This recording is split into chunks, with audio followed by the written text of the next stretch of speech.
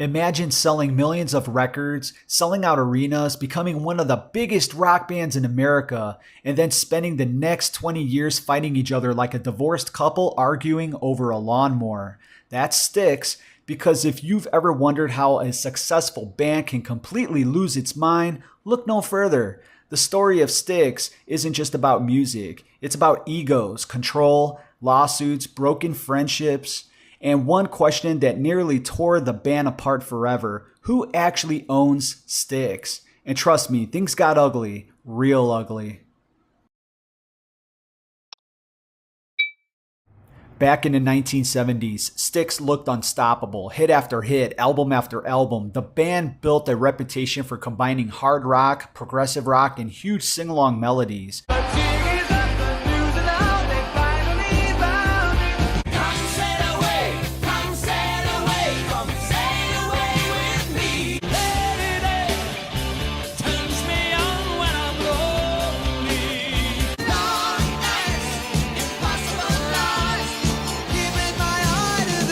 Everybody brought something different.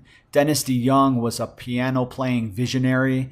Tommy Shaw was a guitar-playing rock star. James Young was a tough guy rocker. On paper, perfect combination. In reality, a ticking time bomb, because success covers up problems until it doesn't. Now, let's talk about the giant robot in the room. 1983, Dennis DeYoung comes up with an ambitious concept called Kilroy Was Here, and this is where the wheels start wobbling.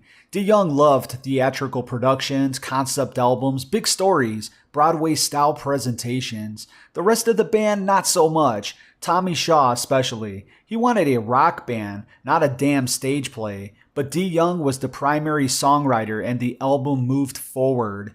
Then came Mr. Roboto, and holy shit, people either loved it or hated it. There was almost no middle ground. Fans were confused. Critics were confused. Even members of Styx were confused. And suddenly a question started hanging over the band. Were they still a rock band, or had Dennis DeYoung turned Styx into a musical theater production? The success of Mr. Roboto didn't solve anything. It made everything worse because now the disagreements weren't private anymore. Tommy Shaw was increasingly frustrated. He wanted guitars, rock songs, touring. Simple. Dennis wanted concepts, stories, theatrical productions, more control, and eventually those differences became impossible to hide. Imagine being in a band where every meeting turns into an argument, every album becomes a battle, every idea becomes political campaign. That's where Styx found itself. Dennis had this vision for an idea that none of the rest of us agreed with, and we battled about it for quite some time. We all finally gave in to him. The concept record of Kilroy Was Here. He believed in it, but none of the rest of us really did. But it was a financial disaster. And people were getting pissed. Then it happened. The band broke apart, officially. Creative differences. Unofficially, they were sick of each other. By the mid-1980s, Styx had imploded. One of the biggest bands in America was finished. And if the story ended there, it would be pretty normal. Bands break up all the time. But Styx wasn't even close to finished fighting. The really crazy stuff was still ahead. Years later, the members started drifting back together. Time heals wounds, or at least that's what people say. Turns out sometimes time just gives people new things to argue about. At first, the reunion seemed promising. Fans were excited, concerts were successful. Everybody smiled for the cameras, but beneath the surface, the old problems never actually disappeared. They were just waiting. Then Dennis DeYoung became ill, touring became difficult, schedules became complicated, and suddenly the remaining members had a decision to make. Wait for Dennis or move on without him. Tommy Shaw and James Young made their choice. They moved on. Dennis was furious. From his perspective, he wasn't quitting, he wasn't retiring, he wasn't leaving. He simply needed time. From their perspective, the band couldn't sit around forever, and that's when the war truly started. Not a music war, not a personality clash, a Styx war.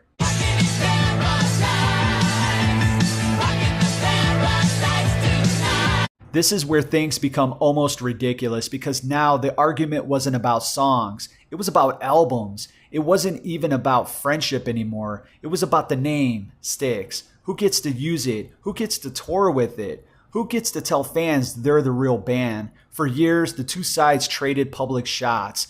Interviews, statements, arguments, accusations. At times, it felt less like a rock band and more like a courtroom drama. Fans picked sides. Some supported Dennis, others supported Tommy and James Young.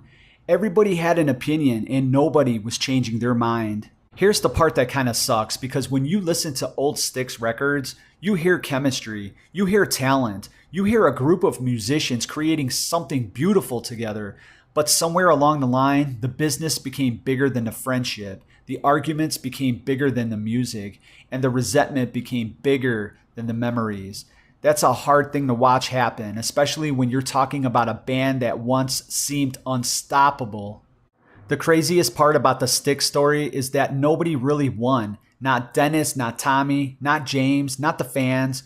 Everybody lost something. Friendships disappeared and relationships were damaged. And decades later, people are still arguing about who was right. Maybe that's why the story refuses to die, because Styx wasn't destroyed by drugs. It wasn't destroyed by bad music. It wasn't destroyed by a changing music industry. It was destroyed by something much simpler. A bunch of talented people who eventually couldn't stand each other. And sometimes that's all it takes. Alright, so that's going to do it for today's video, but go ahead and let me know down below, what side of Styx are you on? Is it justified that the band moved on, or should they have waited for Dennis to get better? Let me know down below. Thank you all so much for watching, and I'll see you on the next video.